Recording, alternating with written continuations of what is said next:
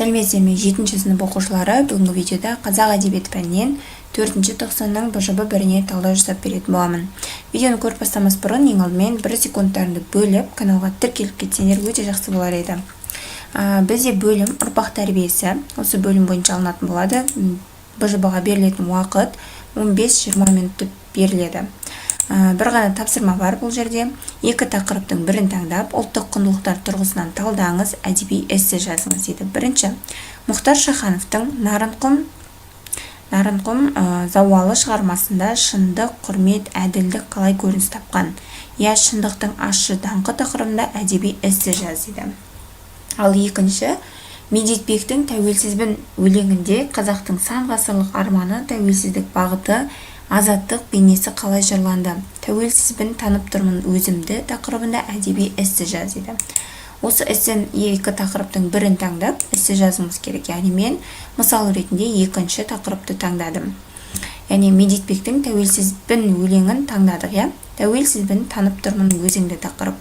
Темірхан Медетбектің тәуелсізбін өлеңінде сан ғасырлық арманы, азаттық бейнесі керемет жырланған. Тәуелсіз елімізге жыр шашуын паш етеді. Тәуелсізбін мен бүгін, келді міне азаттығым, теңдігім, бостандыққа бойлығым мен ендігім, шешіл енді шемен болған шерлінім дейді. Бұл жолдарда ақын тәуелсізбін, бостандықта азаттығым, теңдігім деген мағыналас сөздерді қолдау арқылы көптен күткен тәуелсіздіктің оңай келмегенін аңғартқандай. Тәуелсіздік батырлары азаттық жолында құрбан болды, жазықсыз өмірден ерте озды. Олар халқына үлкен қуаныш сыйлады. Бірақ өздері сол еркіндіктің дәмін тата алмады.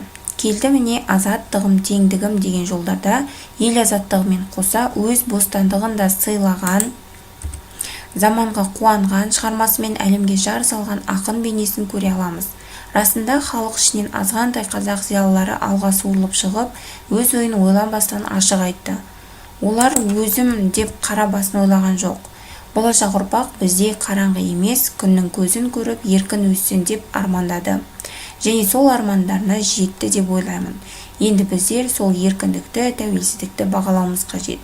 Өлең маған өте қатты керемет әсер берді деп өз ойымызды осылай білдірсек болады. Бұны көшіріп алу міндетті емес. Тағы да айтамын, өздерің ойдан эссе жазсаңдар болады, өздерің ойларыңды қосып.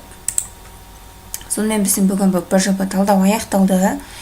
Каналда 7-ші сыныптың басқа да пәндерінен БЖБ тапсырмалар шығып жатыр. Каналға тіркеліп және де плейлист бөліміне өтіп, БЖБ талдау деген плейлистке кірсеңдер, басқа да пәндердің БЖБ-лары бар.